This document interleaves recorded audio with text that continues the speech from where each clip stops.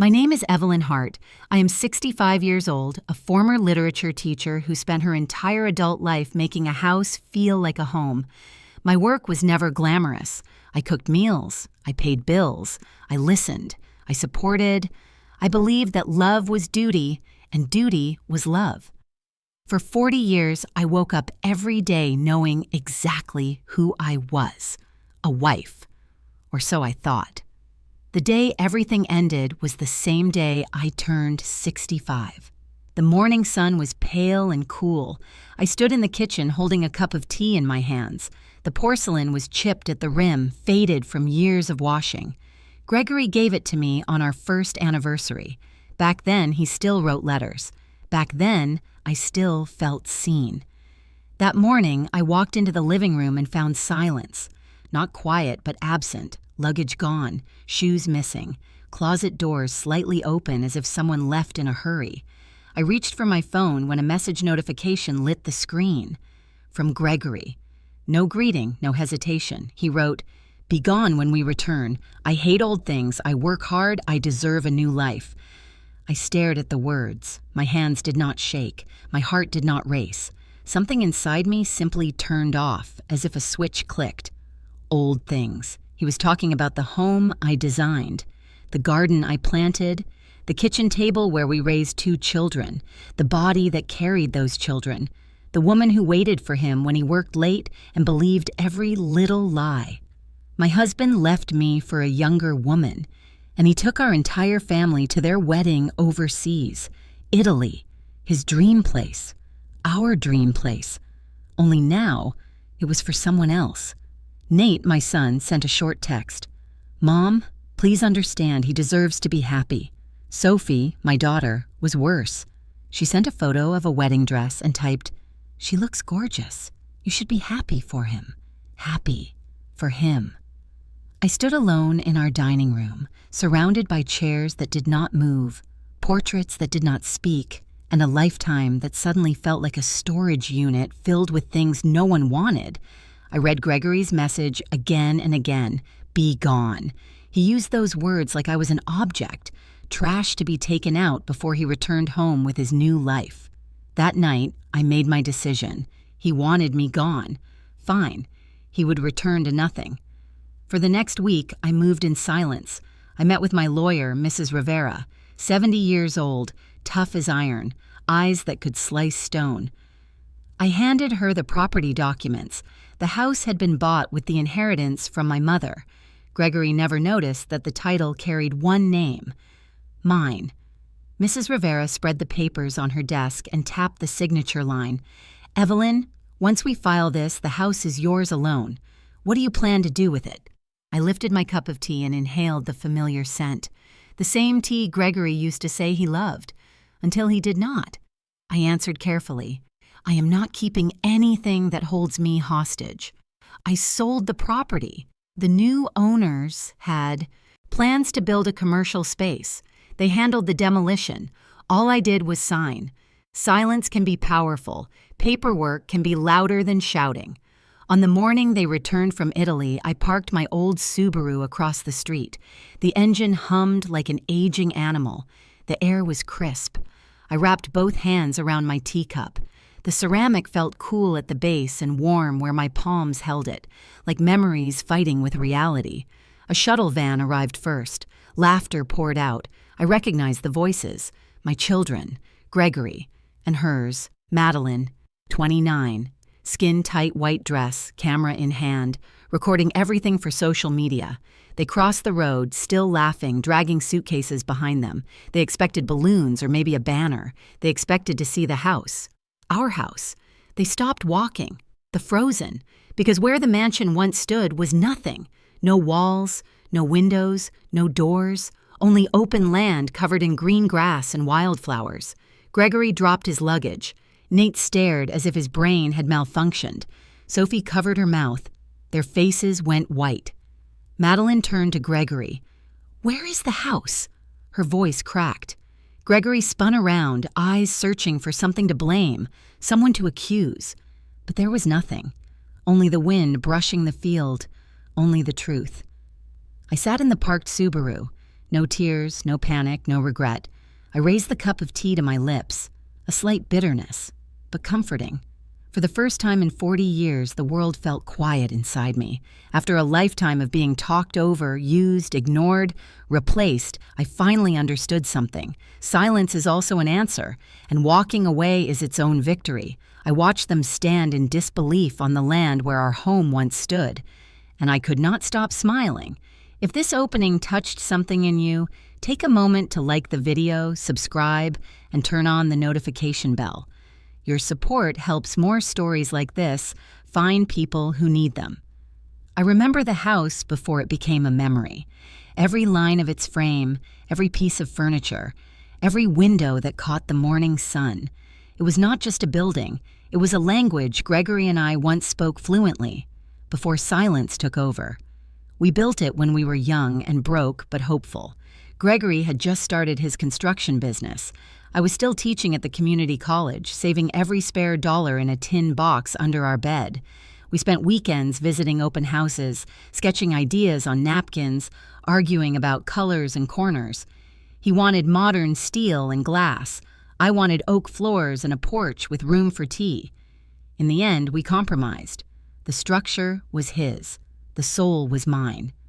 I can still see us standing in the middle of the unfinished living room the day the roof went up. Sunlight came through the rafters like gold dust. Gregory lifted his hard hat and grinned. He said, "When it's done, this will be where we grow old together." I laughed, brushing sawdust from his sleeve. "You say that now, but wait until I start filling it with books." He kissed my forehead and said the line that stayed with me for decades. "No matter what happens, I'll always choose you." It sounded ordinary back then, one of those sweet promises people make when life still feels endless. I didn't know it would echo one day in a house that no longer existed. The day we moved in, I brewed tea in a chipped kettle I'd inherited from my mother. I remember pouring the first cup into a small ceramic mug painted with blue vines. Gregory teased me for treating a cheap cup like treasure. I told him it wasn't about the price. It was about the warmth it carried. That cup would follow me through every chapter of our marriage. It became the measure of my patience, the ritual that steadied my hands when everything else wobbled. Mornings were quiet then. I'd wake before him, open the curtains, and let the light crawl across the hardwood floors. I would set his coffee by the window, pour my tea, and watch the garden breathe under the mist. He'd come down in his robe, hair still damp from the shower, and smile as if the world began at our doorstep. "Evelyn," he would say, "you make mornin' dangerous. I might never want to leave." It's strange how love can sound so convincing when you're young. Years blurred, but I can still recall the rhythm of our small talk about his projects, my students, our children when they were little and still believed we could fix everything. He used to come home late, drop his briefcase by the door, kiss the top of my head, and say, "You smell like calm." I thought that was love. Maybe it was, once. There were hard years, too. When his business nearly went under, I took a second job tutoring high school students. I told him we'd make it, that we always did. He nodded, but didn't meet my eyes. Later, when his company recovered, he bought me a silver bracelet with tiny letters engraved inside. "For the woman who built everything twice." Back then, I thought he meant it. Across the street lived Lucas Miller. He and his wife had moved in the same year we did. They were kind, quiet people. Lucas was an engineer, a man who fixed everything with gentle precision. His wife, Margaret, baked pies for the neighborhood kids and always brought extra slices to my porch. When she passed away years later, Lucas began tending her roses every morning at 7. He would tip his hat to me whenever I stepped outside with my tea. "Morning, Mrs. Hart," he'd say, voice steady but soft. "Morning, Mr. Miller," I'd reply. One spring afternoon, after Gregory left for a conference, Lucas stopped by with a box of gardening tools. "Margaret used to swear by these," he said. "You've got her same patience with flowers." We spent an hour in the yard talking about soil and weather, nothing more. Yet in that quiet exchange, I realized how rare it was to be seen without needing to perform. Lucas spoke to me the way people speak when they respect someone, not when they're trying to win or impress. That night, when Gregory called from his hotel, his voice was distant, distracted. He talked about investors, deadlines, and flights. Not once did he ask how my day was. I told myself he was tired. That's what love does. It explains loneliness. Years passed, and the house became the museum of our efforts. Every room carried a memory. The pencil marks on the wall where we measured the children's height, the burn on the dining table from a birthday candle that tipped over, the faint scent of lavender on the curtains I sewed myself. Sometimes, on quiet afternoons, I'd sit by the window with my tea and watch Lucas prune his roses. He moved carefully, as if every cut carried meaning. One day he waved and said, "You and Gregory built something beautiful, Evelyn. You should be proud." I smiled, but my throat tightened.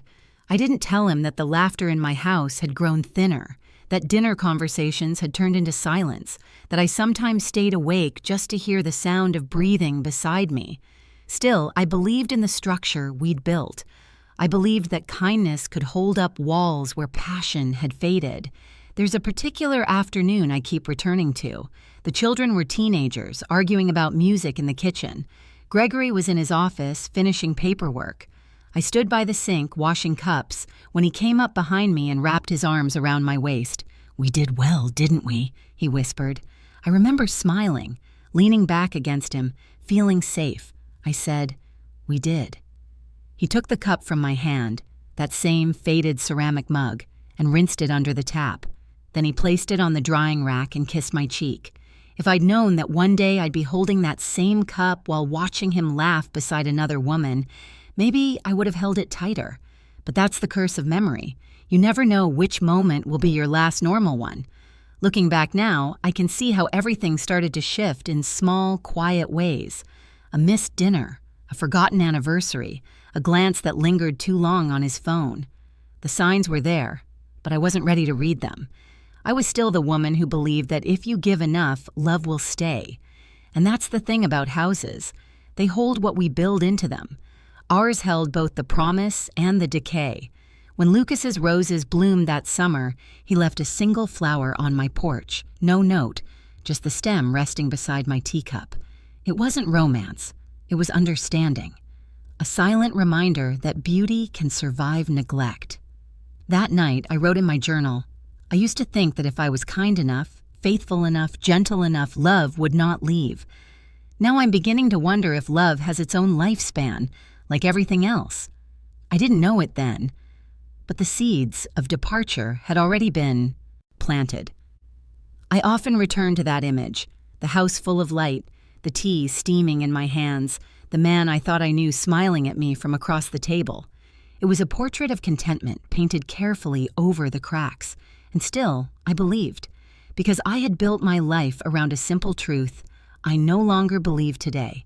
If you are good enough, love will stay. I was wrong. Betrayal did not arrive like thunder. It crept in quietly, a draft under a closed door. That morning began like any other. I brewed my tea. Gregory checked his phone. Sunlight crawled across the kitchen tiles. Nothing seemed wrong. He said he was late for a meeting. He kissed the air near my cheek instead of my cheek. He asked if I had seen his wallet. I found it on the console table beside the door. The leather was soft, worn smooth by years of use. I opened it to slide in a receipt for taxes. There, tucked between the cards, lay a lipstick. Not mine. A slim gold tube with a small scratch along its cap. I lifted it with 2 fingers, turning it in the light. The color was sharp and young, the red of impatience. It smelled faintly of vanilla and someone else's perfume. For a long moment, I just stood there. The world didn't tilt or blur. It narrowed. A single line of clarity cut through me like glass. I twisted the cap. The color rose, bright cherry, the kind that announced itself across a crowded room. I stared until my eyes watered, not from tears, but from certainty. Then I set it back exactly as I'd found it. Upstairs, the shower stopped. Pipes sighed. I poured my tea into the cup with faded blue vines and carried it to the table. When Gregory came down, buttoning his shirt, I handed him the wallet. He smiled, that polite smile he reserved for strangers. "You always save me," he said. "I'll try," I answered. He took the wallet, slipped it into his jacket, and didn't notice that my hands no longer trembled. The lipstick clicked softly against a card. The sound was small, but it split the air between us. I followed him to the door. "Drive carefully," I said. He nodded. "Do you need anything while I'm out?" "I need quiet." He paused, unsure if he'd heard me right. "Everything okay?" I raised my cup. "Everything is exactly as it is." He hesitated, then left. The door closed. The house received silence like a confession. When the sound of the car faded, I exhaled. I took out a notepad and wrote down the word printed on the lipstick's base. Inferno. A fitting name. I folded the note and slid it into my pocket as proof that what I'd seen was real. I cleaned the kitchen twice, though it was already clean. I aligned the cup's handle with the edge of the saucer, a small act of order in a disordered world. The clock ticked above the stove, precise and patient. In the afternoon, I drove to the pharmacy. Rows of colors gleamed under the lights. I found the same gold tube. I held it between my fingers until my hand stopped shaking. Then I placed it back and walked out without buying anything. When Gregory returned that evening, he kissed the air again. "Traffic was terrible," he said. I nodded. "Dinner's ready." We ate lemon chicken. He talked about investors and deadlines. He said the company might expand to Italy. He used the word opportunity as though it were salvation. I nodded when required. My tea sat beside my plate, steady and warm. After dinner, he turned on the news. I opened a book. We existed in the same space, but not the same life. When he reached for my hand, I let him, but it felt like touching a stranger. Later, when he fell asleep, I lay awake beside him. The rhythm of his breathing, once familiar, now sounded foreign, too measured, too practiced. The ceiling crack above our bed stretched thin like a scar. I traced it with my eyes until morning. At dawn, I brewed tea again. Gregory came in wearing the same jacket as the day before. The bulge of his wallet sat against his chest right where the lipstick hid. "Coffee or tea?" I asked. "Coffee," he said, rubbing his temples. "Didn't sleep well." "You weren't alone with your thoughts," I said, setting his mug down. The words came out softer than I intended, almost kind. He looked up, startled. For the first time, his mask slipped. The charm drained from his face, leaving something uncertain behind. "Evelyn, you've been quiet lately." I met his eyes. "You forget that I'm not deaf." The words landed between us like a slow blade. He blinked, searching for what I meant. Then he looked away, pretending not to understand. But I saw it. The flicker, the panic, the truth rushing back behind his eyes. He straightened his collar. "I'll be late tonight," he said too quickly. "I know." He left, shutting the door with unnecessary force. I listened to the car engine fade, then to the birds returning to the fence. I poured the leftover tea into the sink and watched it spiral away. The whirlpool was calm, contained, obedient. I envied it. For years, I had mistaken silence for peace. Now I saw it for what it was, a pause between betrayals. I dried the cup carefully and set it on the shelf, vines facing outward. I touched its rim. The chip my thumb had memorized. That small imperfection had always made it mine. I sat at the table, staring at the sunlight crawling through the blinds. Dust drifted in its beam, turning like soft confetti. I thought of all the words I could say, all the scenes I could create if I chose to confront him. But none of them would give me back the life I'd already lost. That afternoon, Lucas passed by my porch. He lifted a hand in greeting. "Morning, Mrs. Hart." "Morning, Mr. Miller." He smiled gently. "Beautiful day." "It is," I said, though the word felt foreign. He didn't ask more. He looked at me the way kind people do, seeing something they choose not to name. When he left, I stayed on. The porch, the tea cooling beside me, the quiet stretching into something nearly holy. Inside, the house still smelled of lemon and betrayal. I opened the window and let the wind move through every room. Curtains swayed like ghosts of the life I once had. That night, Gregory called from his office to say he'd be late again. I told him to take his time. I set the phone down, went to the kitchen, and brewed one more cup of tea. As the steam rose, I whispered to the empty room, You forget that I am not deaf." The echo returned to me, soft and certain. I understood then that silence could speak in complete sentences. It didn't beg or plead. It simply waited to be understood. And somewhere in that quiet waiting, I began to reclaim myself, not through noise, not through rage, but through knowing. The lipstick remained in his wallet, but I'd already taken back what it tried to replace: my clarity. That night, I slept without fear. After the lipstick, I thought the worst was over. I believed that once betrayal was uncovered, pain would run its course and leave behind silence. But I was wrong. Betrayal, when it multiplies through blood, becomes something colder, heavier. It becomes an inheritance. It began with Nate, my son. 38 years old, father of 2, always in a hurry, always somewhere else. He called one evening while I was folding laundry.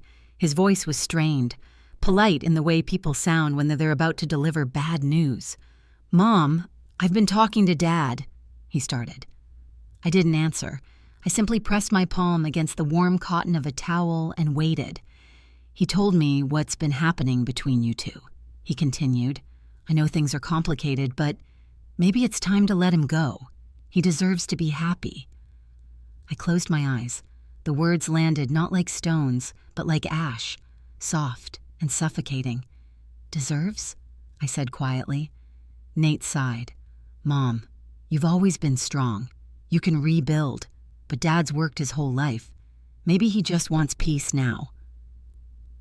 Peace. That was the word he used to describe abandoning a 40-year marriage. I looked at the teacup on the table beside me, steam curled up in thin, delicate threads, then vanished. I didn't argue. I simply whispered, "You think peace is built on someone else's silence?" He didn't understand. He filled the pause with nervous chatter about the kids, his job, the weather. Before hanging up, he added, "Please don't make this harder for everyone." After he hung up, I sat for a long time, hands folded around my cup. The porcelain was warm, grounding. The scent of jasmine rose faintly from the tea, the same brand I'd used since he was born. I had once brewed it through sleepless nights, holding him when he cried. Now I held it to stop myself from crying. A week later, Sophie called. Her tone was bright, almost rehearsed. "Mom, have you seen the photos?" "What photos?" She sent a link.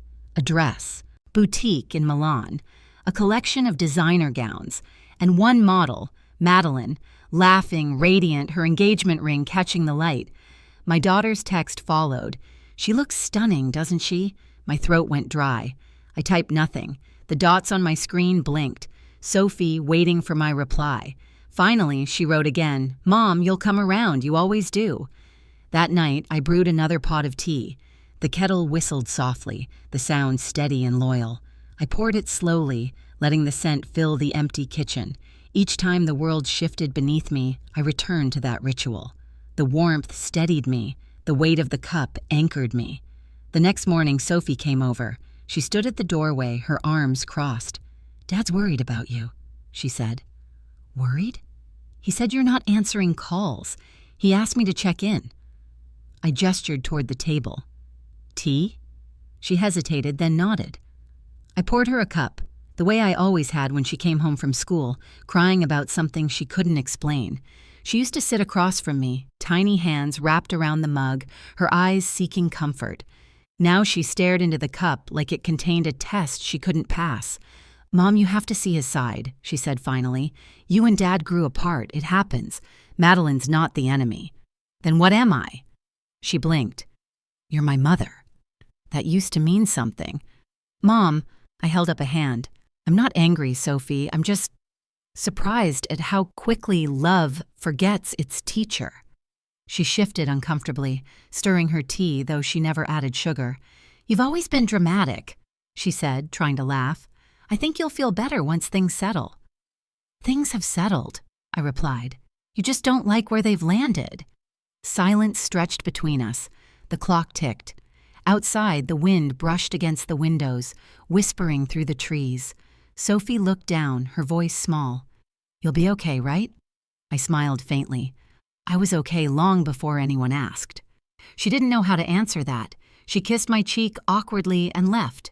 The sound of her car fading down the street felt final. After she was gone, I cleaned the cups, rinsing them under cold water.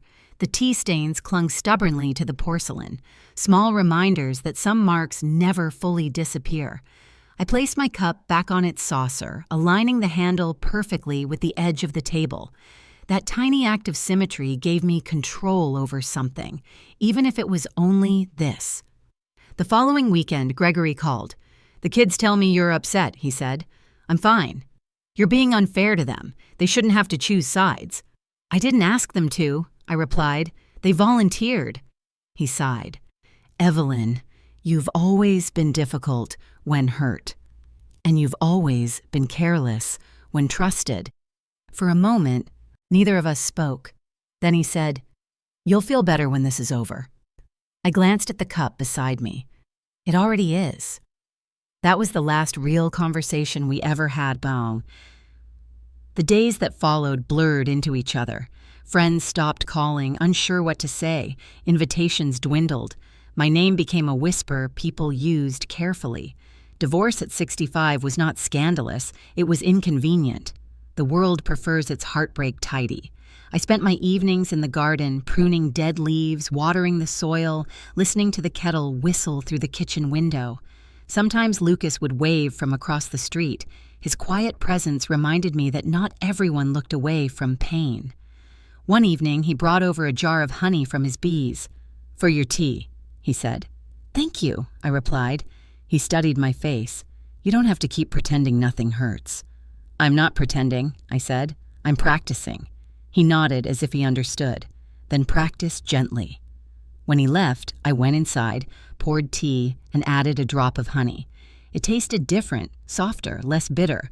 I wondered if healing sometimes arrived disguised as something simple. A few days later, a package arrived in the mail. No return address. Inside was a wedding invitation. White embossed card, gold edges, Gregory's name intertwined with Madeline's. The envelope smelled faintly of her perfume, the same vanilla that clung to the lipstick. The date fell on the same week as my birthday. I set the card beside my cup, then placed my hand over both. The ceramic was cool now, but steady. That small contact grounded me in a way no letter ever could.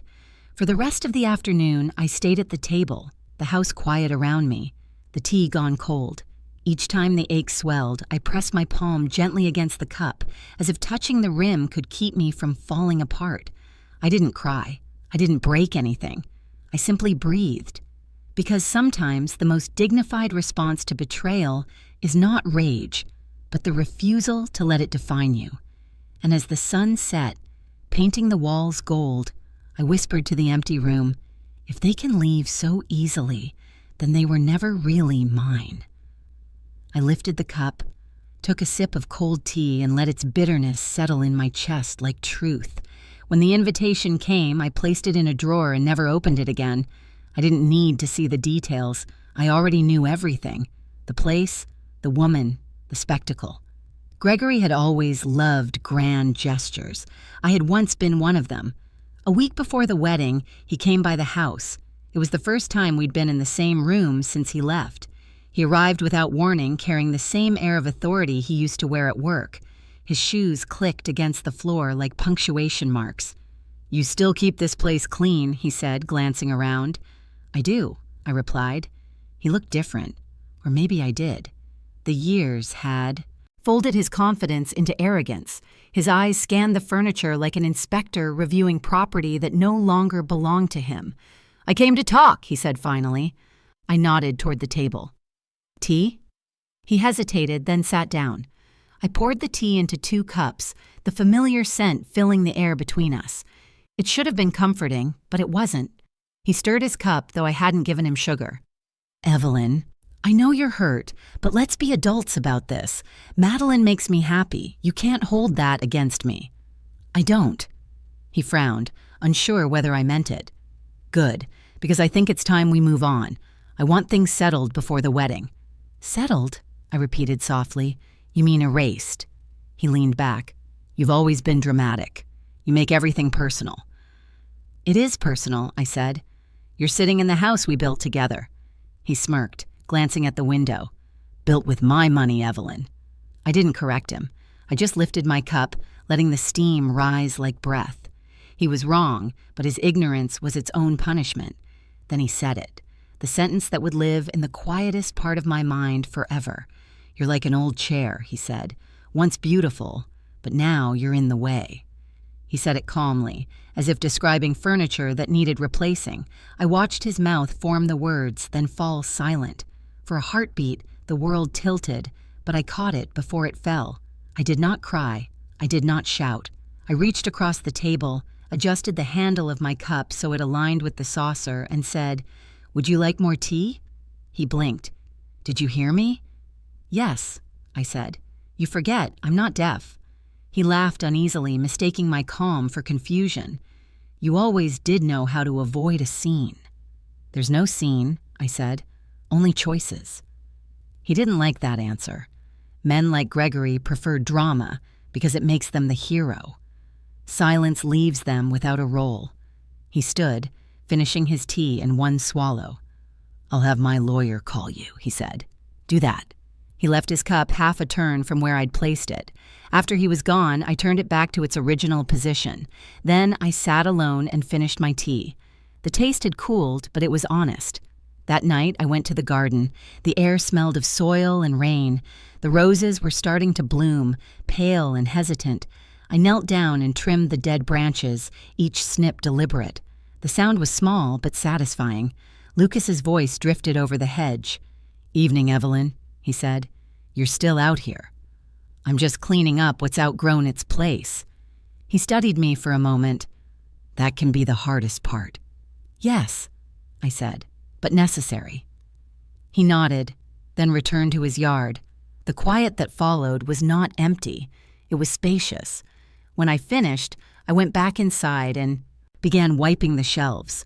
Dust clung to my fingers, light as memory. I cleaned until the house smelled like lemon and order. Then I washed the teacups one by one, drying them with the same care I used to give to Gregory's shirts. It wasn't about the objects, it was about reminding myself that I could still make something whole. The phone rang. I let it. It stopped, then started again. I finally answered. It was Sophie. "Mom, Dad said you two talked. Are you okay?" "I'm fine." "What did he say?" "Nothing I hadn't already heard," I replied. "Mom, he doesn't mean to hurt you." "People rarely mean the harm they do," I said gently. "That doesn't make it harmless." She went quiet. "I just don't want you to be alone." "I'm not alone," I said. "I'm with myself. That's enough for now." After I hung up, I went to the living room window. The moonlight spilled across the floor, outlining everything I still had. The piano, the books, the quiet. Each thing looked both familiar and strange, as if it had been waiting for me to notice it again. I sat down on the couch, folded my hands around my cup, and listened to the clock ticking above the mantel. Every second felt earned. For the first time, I realized how much energy it takes to beg for love that has already left the room. I would never do it again. The next morning, I woke up before sunrise. The sky was lavender, the air cool. I walked barefoot to the garden and turned on the hose. Water shimmered over the soil, catching the light like silver threads. I moved slowly, deliberately, watering each plant as if baptizing it. When I finished, I sat on the porch with my tea. The world was quiet, except for the sound of birds and the faint rustle of leaves. I thought of Gregory's words, of being an old chair, and almost smiled. Chairs don't move, but they hold weight. Maybe that was my sin. I held too much for too long. I took another sip. The taste was mild, a little bitter, a little sweet. Life in a cup. Later that day, I walked through the house one last time. My fingers brushed against walls, doorknobs, the edge of the piano. Everything felt like a photograph left too long in the sun. Faded but still recognizable. I packed only what mattered. A few books, some clothes, the cup with blue vines, and my mother's old kettle. I left the rest. The memories could stay. I didn't need to carry them anymore. Before leaving, I wrote a note and placed it on the kitchen counter. It said only one line. "Take what you want. I already have what I need." Then I locked the door. As I walked to the car, the morning light spread across the lawn. Dew sparkled on the grass. Somewhere down the street, Lucas waved from his porch. I waved back. In the rear-view mirror, the house looked peaceful. It no longer belonged to my pain. Driving away, I felt a weight lift, not because I had escaped, but because I had stopped fighting gravity. 40 years. That's how long it took to understand that not every tear deserves an audience. Some tears are meant to stay inside, where they can water what still grows. I didn't cry for Gregory again, because crying would have meant that he still had power, and I had finally learned how to be silent without being small. After that morning in the garden, something inside me shifted. Not dramatically, but like the slow turning of a tide. I stopped waiting for apologies that would never come. I stopped defending myself in conversations that had already judged me. I stopped explaining my worth to people who benefited from forgetting it. Instead, I began to plan. It started with a single drawer. I emptied it. Old bills, letters, the house deed I hadn't looked at in years. When I unfolded the papers, the name written at the bottom caught my eye. Mine, Evelyn Margaret Hart. The house had been purchased with the inheritance my mother left me long ago. I had forgotten, or maybe chosen not to remember, how Gregory had insisted that we file everything together for convenience. Yet when the transaction went through, the title remained solely under my name. For a long moment, I stared at the signature. My handwriting looked firm, unshaken. It was like meeting a younger version of myself who had left behind a quiet gift. That night, I pulled out my address book and found the name I needed, Mrs. Rivera. She had handled my mother's estate decades ago, sharp-minded, precise, with the kind of grace that comes from surviving many storms. When she answered the phone, her voice was exactly as I remembered, steady, no nonsense. "Evelyn Hart," she said. "It's been a long time. How can I help you?" "I think it's time I move on," I told her. "From what?" "From everything." She paused for half a breath, then said, "Come in tomorrow morning. Bring your documents." Her office smelled of leather and coffee. Bookshelves lined the walls, each folder labeled with careful handwriting. She motioned for me to sit and took the papers from my hand. Her reading glasses caught the light as she scanned the deed. "Well," she said finally, "you own more than memories, my dear. This property is entirely yours." I nodded. "So, if I sell it, there's nothing he can claim?" "Nothing," she said firmly. "He can shout all he wants, but the law won't echo him." I exhaled slowly, as if releasing a lifetime of hesitation. She studied me. "You've thought this through." "For weeks," I said. "I just needed to see it written in black and white." "What will you do after you sell?" "I'll buy quiet," I said, "and peace, in whatever form they come." Her lips curved slightly. "You sound like your mother." I smiled. "She'd tell me to stop cleaning up after people who throw dirt." Mrs. Rivera laughed softly, then grew serious again. "I can handle the listing discreetly. Developers have been eyeing your neighborhood for years. If you sign here, they'll handle everything, the purchase, the demolition, the permits. You'll simply walk away." "Good," I said. "I'm tired of staying." She slid the paperwork across the desk. I signed my name slowly, the pen gliding over the line like closure. When it was done, she placed the folder aside and folded her hands. "Evelyn, may I ask you something?" "Of course." "Do you regret it?" Her question lingered in the air like incense, gentle but inescapable. I looked out the window. The city hummed below, people rushing through lives they didn't own. "Regret," I said, "belongs to those who still want to keep something. I don't." She nodded, her expression unreadable. "That's a rare kind of freedom." "Earned," I replied, "not gifted." After I left her office, I stopped by the park on the way home. Children were playing by the fountain. A woman pushed a stroller, humming softly to her baby.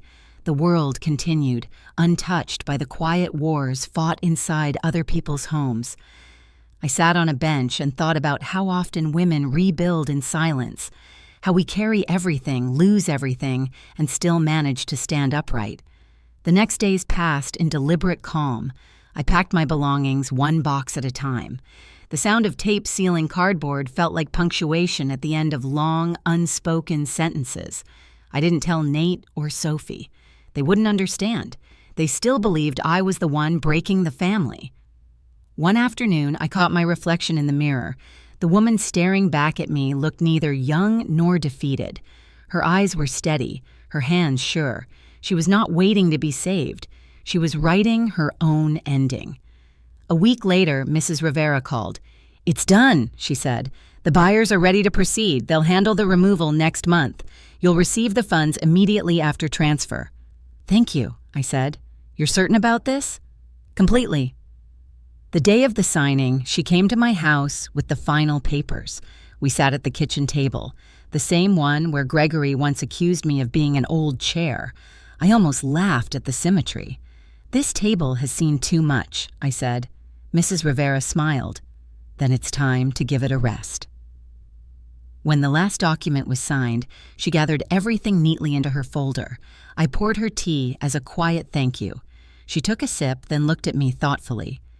"You know," she said, "most people I meet are running from something, but you're walking." "I've had enough of running," I replied. After she left, I opened the windows. The wind moved through the rooms, carrying away dust, lingering scents, the echo of arguments. I let it cleanse the space.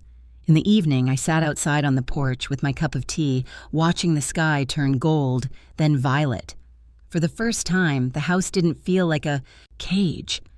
It felt like a witness. It had seen everything: love, neglect, discovery, and now release. As the last light faded, I whispered to it, "You were home once. Now you can rest too." That night, I slept soundly. No restless turning, no dreams of what-ifs, just the steady rhythm of my breath, as if my body finally trusted the world again. In the morning, I made tea and stood by the window, watching dew gather on the grass. Across the street, Lucas waved. I waved back. The air smelled of rain and possibility. The world outside was the same, yet I wasn't. I had crossed an invisible line between endurance and choice. Later that afternoon, Mrs. Rivera called again. "The transfer cleared," she said. "The account is secure." "Congratulations, Evelyn. You're officially free." "Free," I repeated, tasting the word like warm tea. It lingered on my tongue, soft but certain. I set the phone down, opened the back door, and stepped into the garden. The roses had bloomed overnight, pale, trembling, but alive. I knelt beside them, ran my hand over the petals, and smiled. I didn't destroy anything. I simply made room for what comes next. The week of the wedding arrived with a strange calm. My house was sold, the documents finalized. I packed only 2 suitcases. The movers would collect the rest.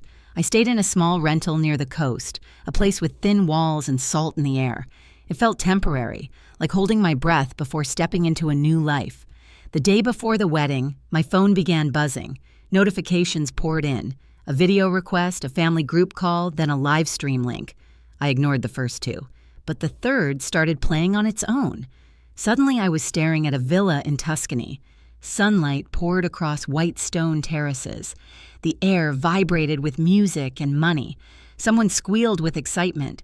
Sophie's voice. She moved the camera around the courtyard, swooping past waiters carrying crystal glasses, over fountains twinkling with silver lights. She laughed and said, "The view is insane. Dad really outdid himself this time." She turned the camera toward Gregory. He stood in a pressed suit, younger under all the Italian sun and filtered lighting. Madeline walked into the frame wearing a short ivory silk robe. She posed like she had been photographed her entire life. They looked perfect. Perfect things are often empty inside.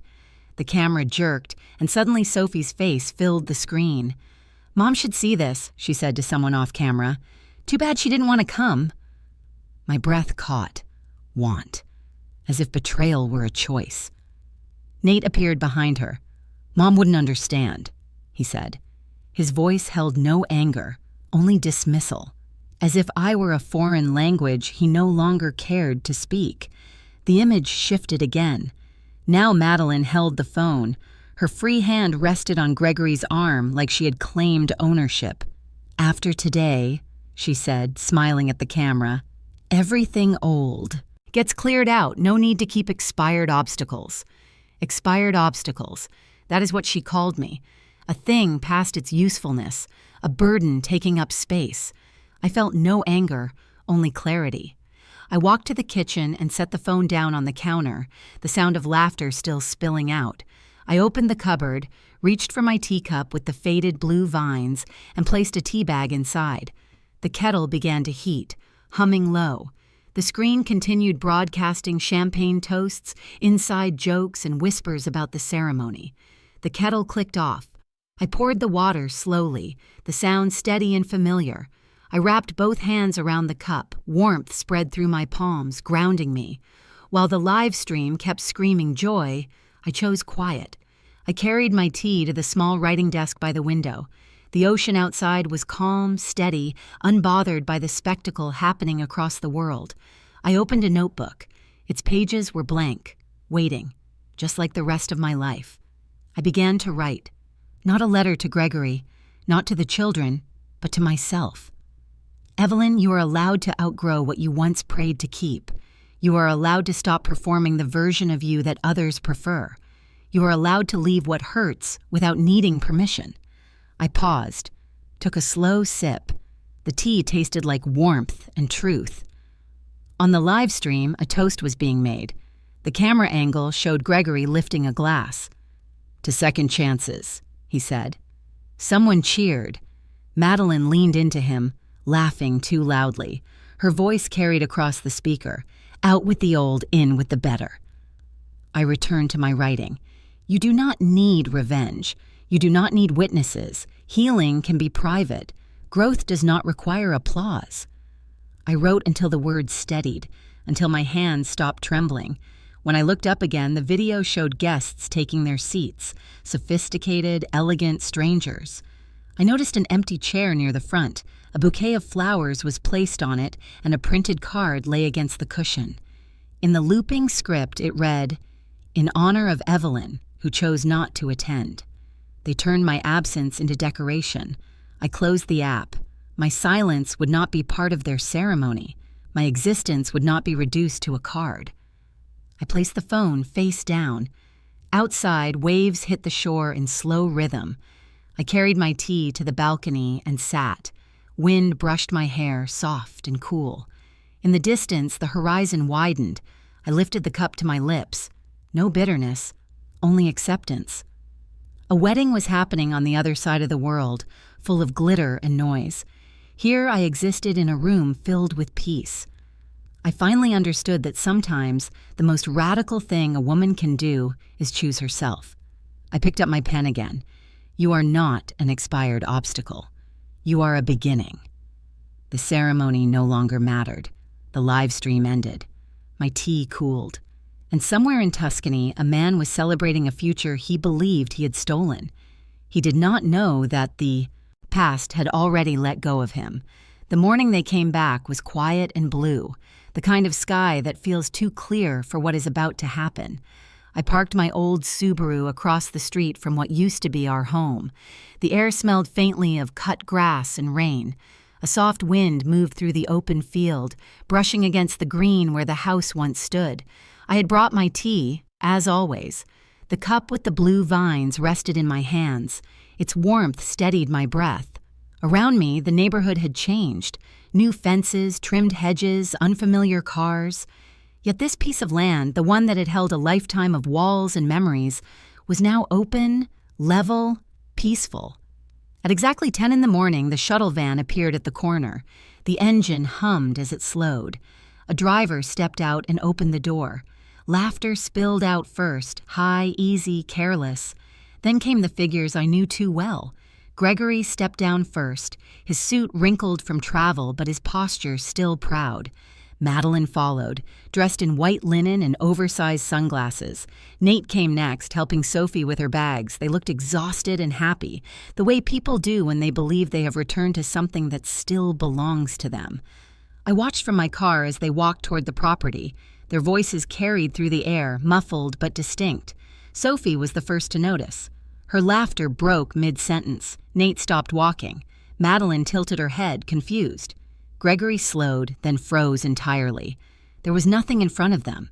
No gate, no porch, no house. Only open land, smooth as glass, the grass trimmed and even. The oak tree that once stood in the front yard was gone, its roots removed. The garden where I used to grow lilies was now a flat patch of earth.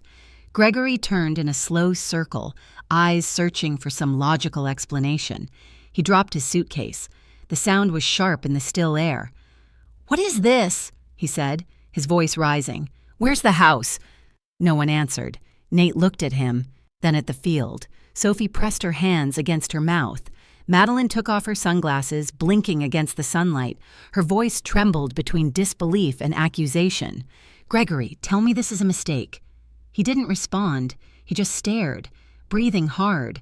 I could see the confusion turn to realization, then to something darker.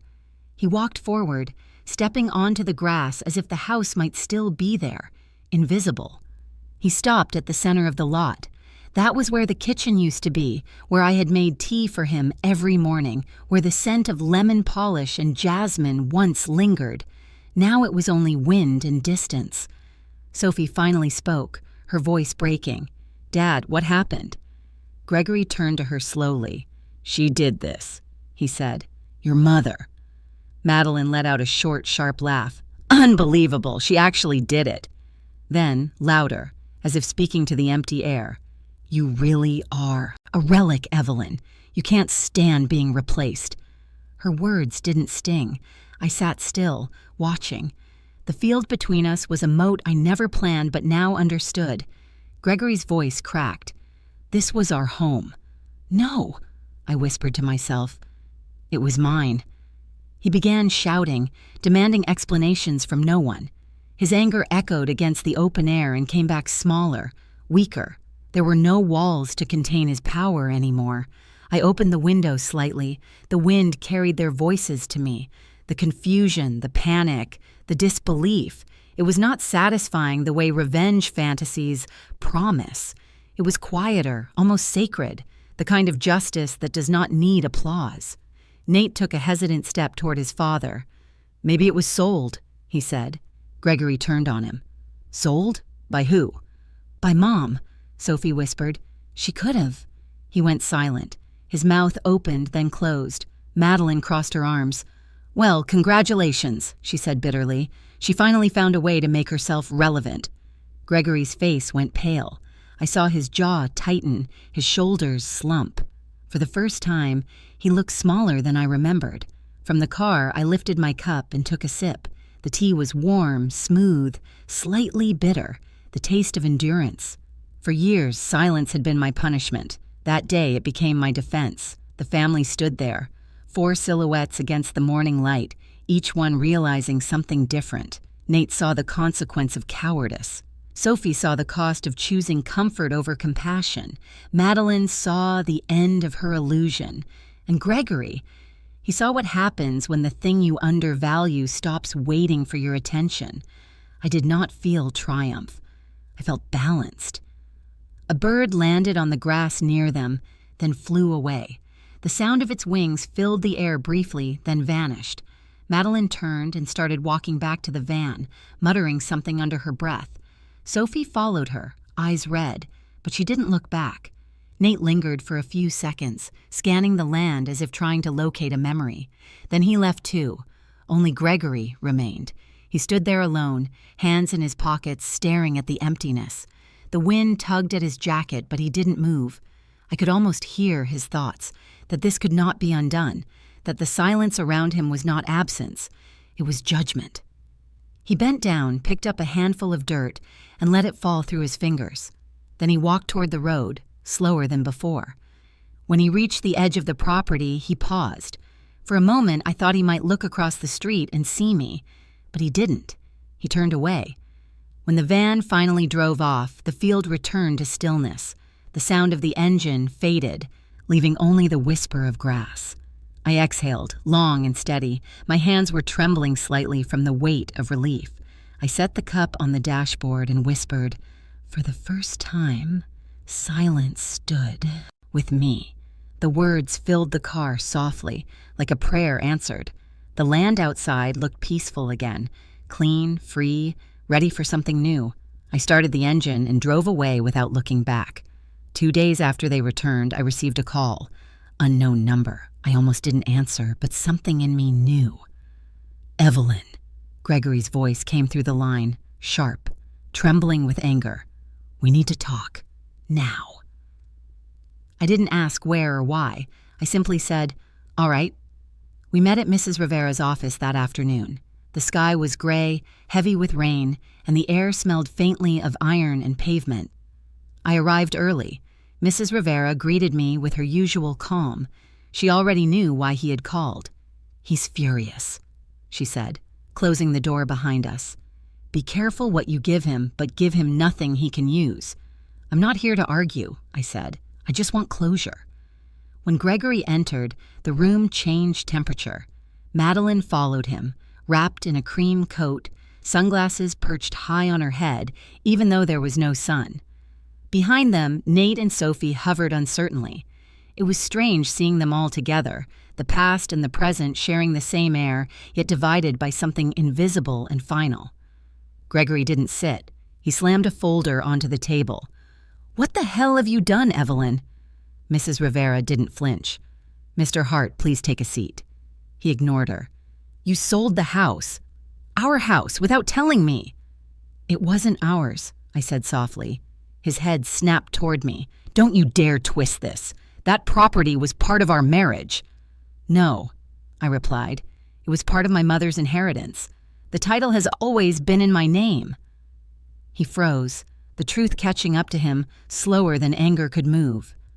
You're lying.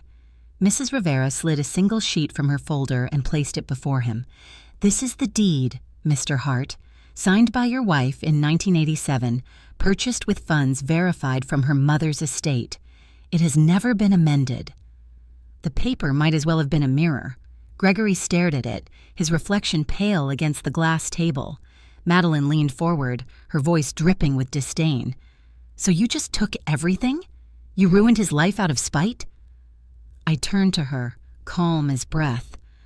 I ended what he started. She scoffed. Unbelievable. You're pathetic. Clinging to a house you didn't even deserve. Deserve? I repeated quietly. After 40 years of building it, cleaning it, filling it with the lives he neglected? Madeline laughed, sharp and cruel. You're just bitter. You're an old woman who can't accept she's been replaced. Gregory muttered under his breath. You've gone too far, Evelyn. You're insane. I looked at him, meeting his eyes steadily. Then, without a word, I reached into my bag and pulled out a thin folder.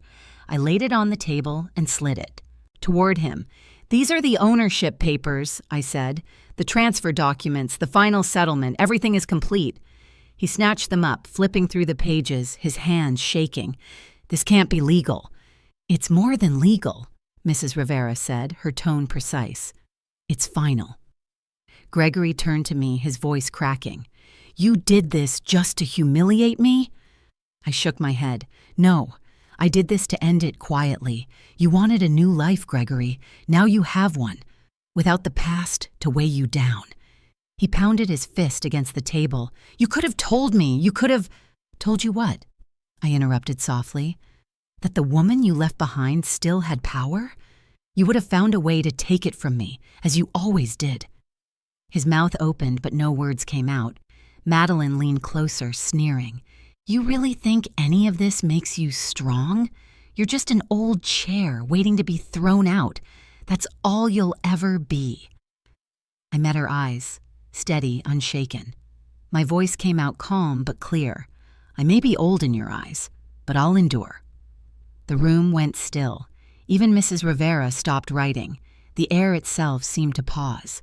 Madeline's smile faltered. She turned away, muttering, ridiculous. Gregory stared at me, bewildered, as if seeing me for the first time, not as the woman who cooked his dinners or kept his secrets, but as someone he could no longer control. You're enjoying this, he said quietly. No, I replied. Enjoyment is temporary. What I feel is peace. Sophie finally spoke, her voice trembling. "Mom, maybe we can fix this." I looked at her with a gentleness that came from exhaustion, not anger. "Sweetheart, some things aren't meant to be fixed. They're meant to end." Nate shifted uncomfortably, unable to meet my eyes. "You didn't have to go this far." "I went exactly as far as you all pushed me," I said. "No further." Gregory took a step toward me. "You've lost your mind." "No," I said. "I found it." He stopped. For a long moment, no one spoke. Rain began tapping against the window, soft and relentless. Mrs. Rivera broke the silence. "If there's nothing further, I suggest we conclude. Ms. Hart has fulfilled all obligations. There's nothing left to contest." Gregory looked defeated, his shoulders slumping under the weight of truth. He gathered the papers, but they slipped from his hands, scattering across the floor. Madeline bent down to collect them, muttering curses. I didn't move to help. Instead, I turned to Mrs. Rivera. "Thank you for your time." She nodded. "You handled yourself with grace, Evelyn." "I promised myself I would." I reached for my coat, buttoned it, and prepared to leave.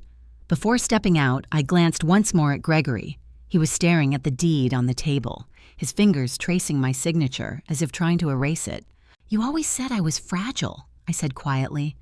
"Maybe that was just easier than admitting I was stronger than you knew." He didn't answer. I opened the door and stepped into the rain. The air was cool, washing over me like forgiveness. Behind me, their voices blurred into a low hum, anger, confusion, disbelief. None of it belonged to me anymore. As I walked down the steps, I saw my reflection in a puddle. The rain distorted it slightly, but I recognized the woman looking back. She was older, yes, but whole. When I reached the car, I turned once toward the building. Through the window, I saw Gregory still standing, frozen in place, while Madeline paced beside him. I whispered to myself, "Let them talk. I've already said enough." Inside the car, I started the engine. The windshield wipers swept away the rain, clearing my view. For the first time, the road ahead looked open. Some people believe dignity comes from being respected. I've learned it comes from refusing to need permission. That day, I didn't win. I reclaimed it, and in reclaiming, I became unbreakable. People often assume silence means weakness. They think if you're quiet, you must have nothing to say. The truth is, I've had too much to say for too many years, and I carried it all in silence because no one wanted to hear it. Everyone saw the surface of my life, the house, the family photos, the neat dinners, the patience. They saw a woman who had it all. What they never saw was what it cost to keep that illusion standing. When Gregory's business first failed, he didn't tell anyone. Not the children, not even his partners. He came home one night with his tie loosened and his eyes hollow. He said, "Just a setback." But the truth was worse. He had borrowed against everything, his trucks, the company's name, even the insurance policy we held together. I found out when the bank called me directly. The mortgage was under review. I met with the manager alone, pretending I already knew. The man across the desk looked apologetic but firm. "Mrs. Hart, the company's in serious arrears. You might lose the property." That same night, I went into the study and found Gregory sitting in the dark. "Why didn't you tell me?" I asked. He rubbed his face. "I didn't want you to worry. You wouldn't understand." I remember laughing quietly. "I understand numbers better than excuses." He looked up, startled. I told him I'd take care of it, and I did. I liquidated what was left of my mother's savings, the small fund she'd left for emergencies. I paid the outstanding debt. I saved his business and never mentioned it again. He thanked me, of course, once, briefly. Then he forgot. Like so many things I did for him, my sacrifices became invisible the moment they stopped being convenient. Years later, when Nate wanted to attend graduate school, Gregory said we couldn't afford it.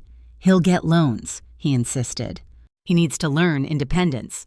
But I remembered the way my mother worked nights to pay for my education, and I couldn't bear to see history repeat itself. So I took a quiet job editing essays online. Nothing glamorous, just steady. For 3 years, I funneled every extra dollar into Nate's tuition without telling him. He thought the university had extended his scholarship. He called me once, excited, saying, "Mom, I guess luck runs in our family." I almost told him then, but I didn't, because love doesn't need credit. Or at least, that's what I believed. Sophie was next. She married young, into a promise that quickly broke. Her husband left her with debt and an infant. She called me crying, ashamed. I didn't ask for details. I sold a collection of vintage jewelry Gregory had given me over the years, gifts meant to buy silence during arguments, and used the money to clear her accounts. She thought her father had stepped in. She thanked him publicly at dinner one night, tears in her eyes. Gregory smiled and said, "Anything for my girl." I stayed quiet. That was my mistake, I suppose. My silence trained everyone to believe generosity came from someone else. When people talk about family, they talk about love and loyalty. They rarely talk about the economics of devotion, the invisible ledger every mother keeps. I was both the heart and the bank of that family. I made sure the lights stayed on, the tuition got paid, the image remained spotless. I turned my life into a financial apology for other people's failures. So when they accused me of cruelty, of destroying the family by selling the house, I didn't argue, because they were right in a way. I had destroyed the version of the family that depended on my silence and my savings. I didn't lose them. I simply stopped funding them. Money isn't love. It's attention, disguised. And I had been giving all of mine to people who mistook it for obligation. There's a kind of grief that comes with realizing you were the invisible scaffolding of everyone else's comfort. The moment you step away, everything collapses, and they blame you for the fall. After the confrontation in Mrs. Rivera's office, I drove to the coast again. The ocean was gray and restless, the wind tugging at my scarf. I sat on a bench overlooking the water, the air tasting of salt and clarity. I thought of my mother, how she used to say that women in our family carried storms in their veins, but smiled so no one would get wet. She was right. We mistake endurance for peace.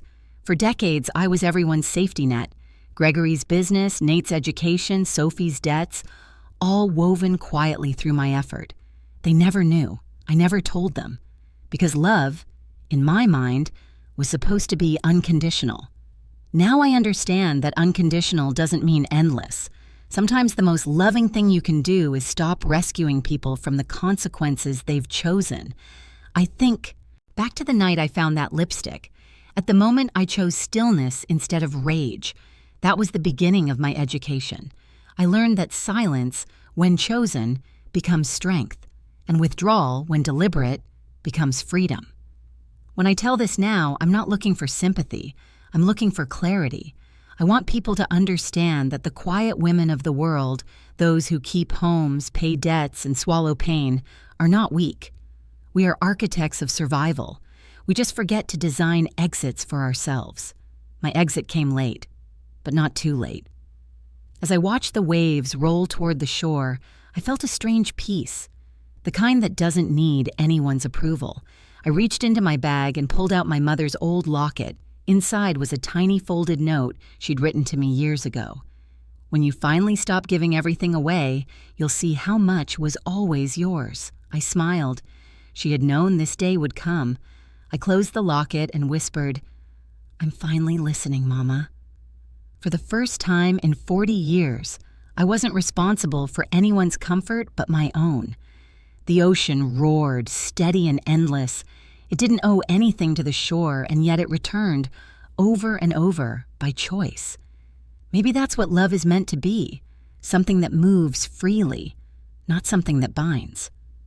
I took one last sip of tea, still warm in the travel cup beside me, and said softly to no one in particular, "I didn't lose my family. I just stopped financing their illusion of one." And for once, the silence that followed didn't hurt. It healed. The ocean became my new neighbor. Its sound replaced the ticking clocks, the closing doors, the sighs that used to fill the old house. I moved into a small apartment near the shore, a modest place with white walls, wide windows, and the scent of salt drifting in through the curtains. There was no need for grandeur anymore. I had owned too much space once. Now I wanted peace to fit inside my hands.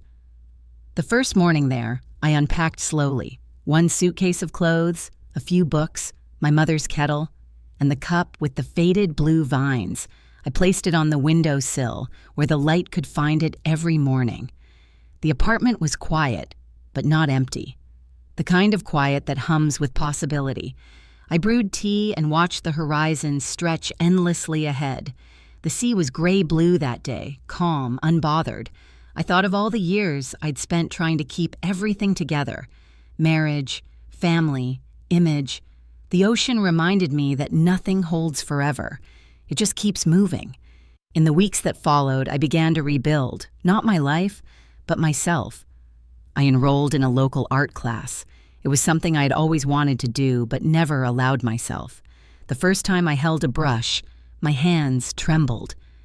The instructor, a woman about my age with paint on her sleeves, smiled and said, "That tremor will go away once you stop thinking about being perfect."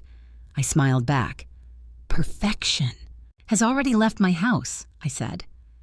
Every stroke on the canvas felt like a confession. I painted the sea, the roses, the shape of light falling on a teacup.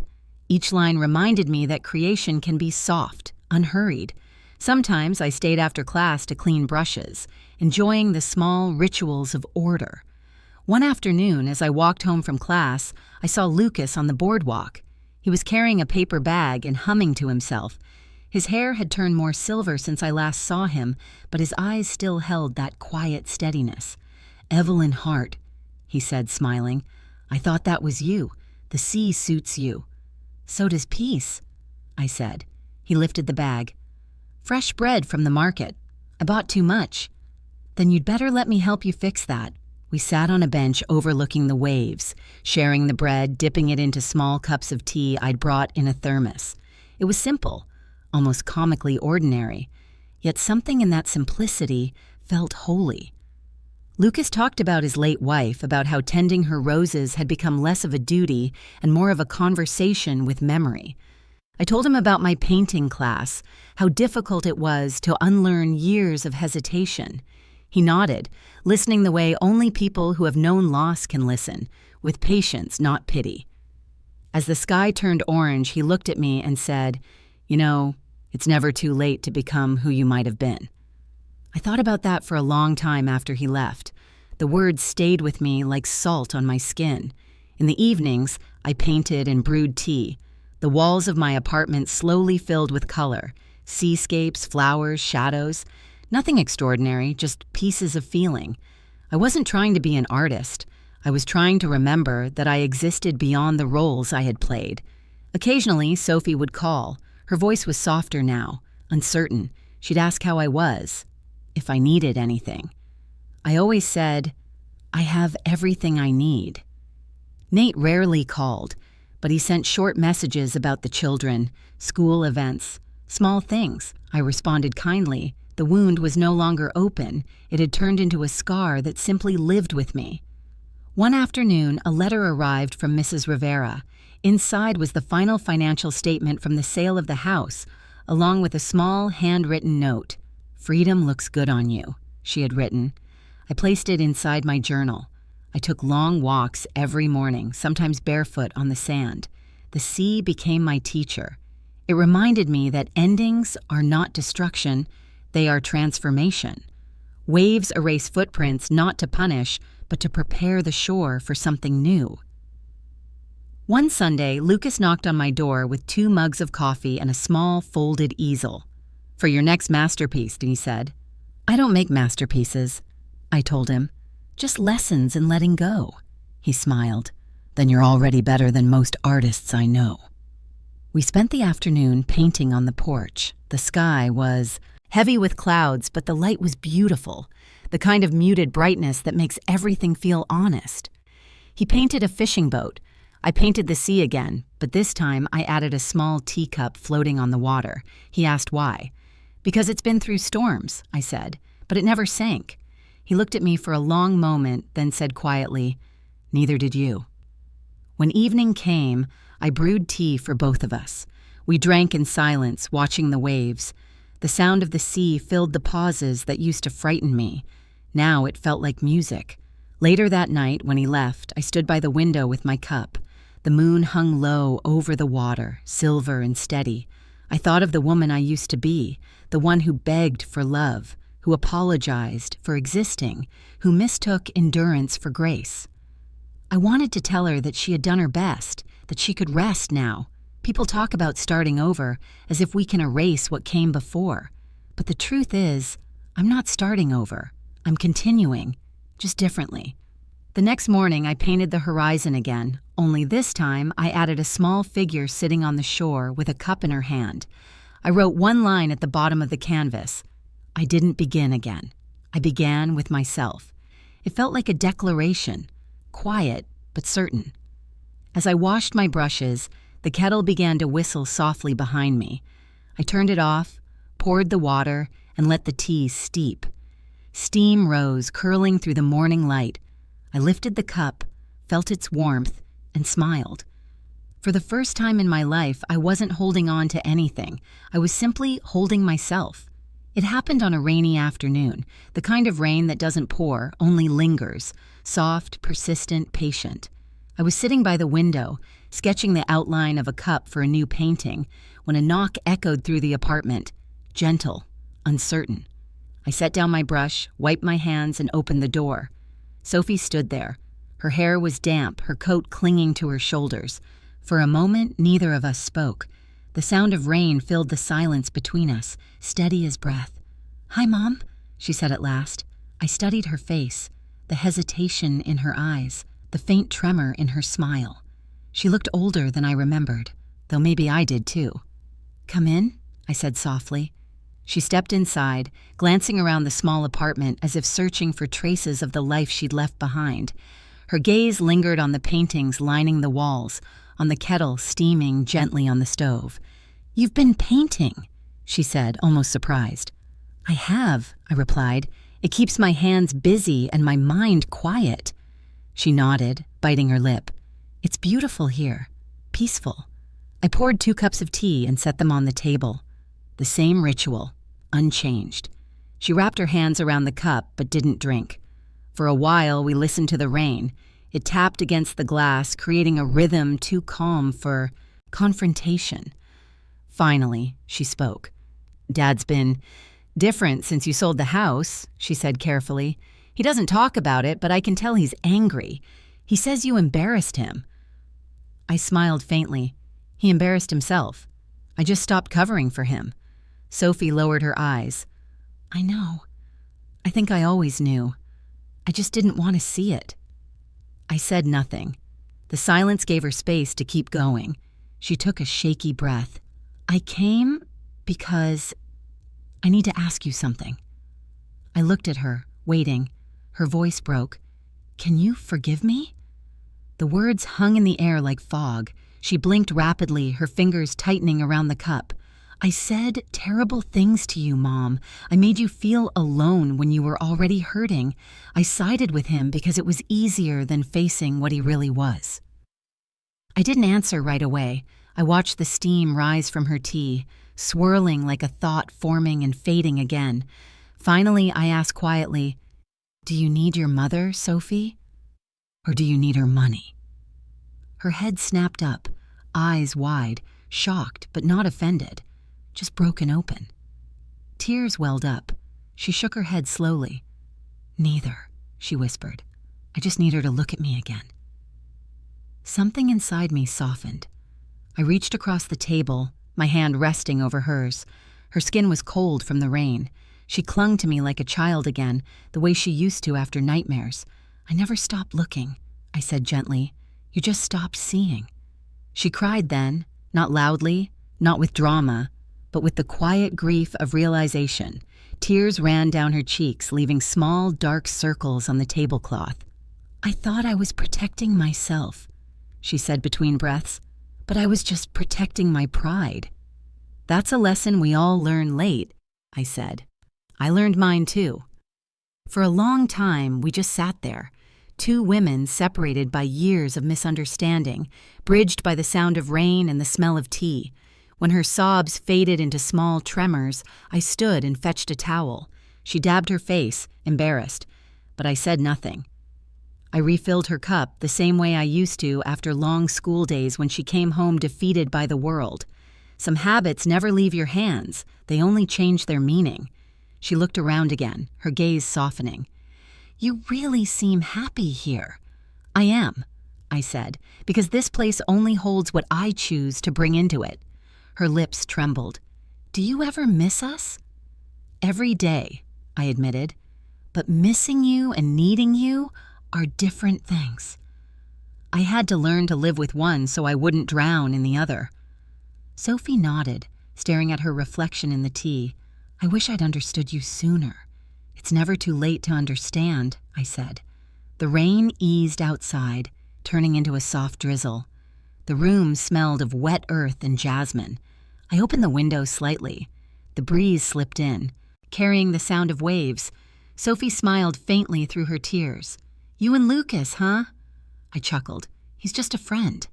"Sure," she said, the word tender, teasing in a way that felt like forgiveness. I watched her then, the little girl who used to draw on my grocery lists, the teenager who slammed doors, the woman who stood beside her father at my undoing. And yet, here she was, holding her mother's tea again. Life has strange ways of circling back to the truth. I reached out, brushed a wet strand of hair from her forehead, and said, "Forgiveness isn't something I give like a prize. It's something we grow into, together." She nodded, tears returning but lighter this time. "I want to grow into it." "Then start by staying for dinner," I said. She laughed softly. "What are we having?" "Tea," I said, "and bread. It's not much, but it's enough." She smiled, the kind of smile that comes from relief rather than joy. We ate quietly, breaking the bread, sharing small stories about her children, her work, her ordinary life. The distance between us began to shrink, not because everything was fixed, but because we both stopped pretending it had to be. As evening fell, she stood to leave. I walked her to the door. The rain had stopped completely now, leaving the pavement shining like glass. She turned to me before stepping out. "I'll call you tomorrow," she said. "I know you will," I said. She hesitated, then hugged me. Tight, trembling, real. I held her, not as the mother who needed to protect her, but as a woman who understood what it cost to come back home. When the door closed behind her, I returned to my seat by the window. The half-finished sketch waited on the table.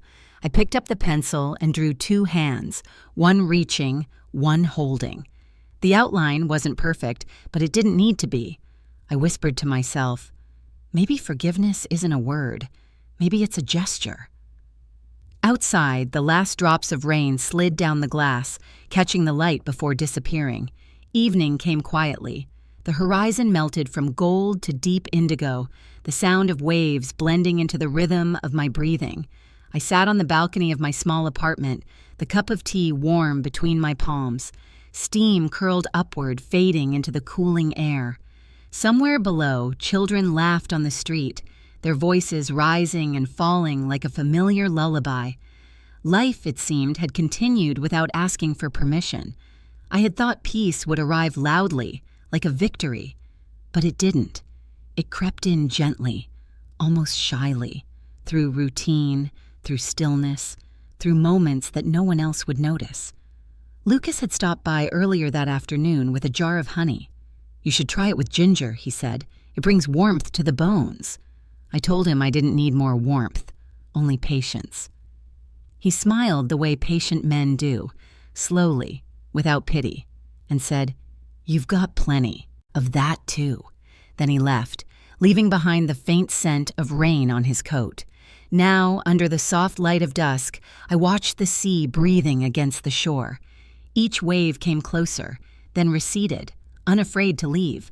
I admired that, the courage to come and go, to hold and release without losing shape. My phone buzzed beside me, a message from Sophie. "Got home safe. Thank you for today." I typed back, "Always." That one word felt like enough. I leaned back, closed my eyes, and let memory drift in, not the sharp kind that cuts, but the softened kind that reminds. The house, the laughter, the betrayal, the silence, all of it now distant, like old music playing from another room. I didn't erase the past, I just stopped living inside it. Sometimes people ask how you start over after losing everything. I don't have a grand answer. You don't start over. You start within. You look at what's left, your hands, your voice, your small rituals, and you rebuild around that. I thought of the woman I used to be, the one who waited by the window for Gregory's car to pull into the driveway, the one who stayed quiet to keep peace, the one who mistook endurance for love. I wasn't angry with her anymore. She did what she knew. She survived long enough for me to exist. The tea cooled slightly.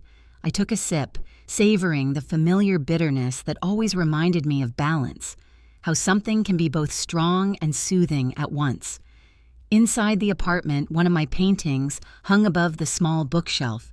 It showed a figure standing on a shoreline facing the wind, holding a teacup. Her face was not visible, but her posture spoke of calm defiance. Beneath it, in small handwriting, I had written, "I didn't begin again. I began with myself." It has become my quiet mantra. The doorbell rang softly. Lucas again. He held 2 paper cups of tea this time. "You forgot your scarf in my car," he said, setting it on the table. "Thought you might need it tonight. The air's turning colder." "Thank you," I said, wrapping it around my shoulders. He sat across from me, the chair creaking lightly. For a while, we said nothing. We didn't need to. We watched the sea, the city lights flickering in the distance. "Do you ever think about the past?" he asked finally. "Every day," I said. "But it doesn't hurt anymore." He nodded, thoughtful. "That's when you know you've healed. When the memory stays, but the wound doesn't bleed." I smiled. Maybe that's true.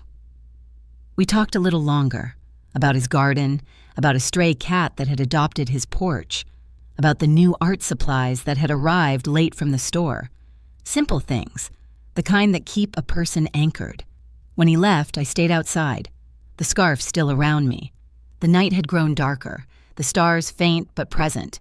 I could feel the weight of silence surrounding me, but it was a comforting weight, like a blanket. For so long, silence had been my enemy. It had filled the spaces where apologies should have lived, where affection should have spoken. But now, silence was no longer a void. It was a companion, a witness. I thought of Gregory, not with hate, not even with sorrow, just acceptance. He had chosen his path, and so had I. Maybe in another life we would have learned how to meet halfway. But this life had already taught me enough. I thought of Nate and Sophie, of how love between parents and children doesn't disappear. It simply changes its shape. It becomes something quieter, less demanding, more forgiving. A breeze moved through the balcony, lifting the curtains behind me. The teacup trembled slightly in my hand. I took another sip. The flavor had cooled, but it was still good. I looked out toward the horizon and whispered, "Silence is also an answer." The words felt final, yet freeing. Then I added softly, "And walking away is also a victory." The echo of my own voice lingered in the air, then blended with the sound of the sea. It didn't feel like an ending. It felt like exhaling after a lifetime of holding my breath. I leaned back in the chair, watching the first light of the moon rise over the water. Somewhere below, a street musician began playing a slow tune on a violin. The notes floated upward, fragile and beautiful, dissolving into the wind. For a moment, I closed my eyes and let myself feel it all. The grief, the freedom, the quiet joy of simply existing. No drama, no audience, just presence. I had spent decades proving my worth to people who measured love by convenience. Now I didn't need to prove anything. The only approval I needed was the calm heartbeat beneath my ribs. I finished my tea, set the cup gently on the table, and whispered one last time, "I'm not old. I'm seasoned. I'm not broken. I'm rebuilt." The ocean answered with a hush that sounded almost like agreement. Tomorrow I would paint again. Maybe the sea, maybe the light, maybe nothing at all. But tonight, I simply sat and let stillness have its turn. The world didn't need to see my happiness to make it real. It existed quietly, like the glow from a candle only I could see. I smiled into the darkness, letting the wind brush against my face. For the first time, My silence didn't hide me. It revealed me. Fade out. If you've ever been treated like something old or replaceable, leave a comment that says, "I deserve better." And don't forget to subscribe to this channel for more quiet stories of strength and healing.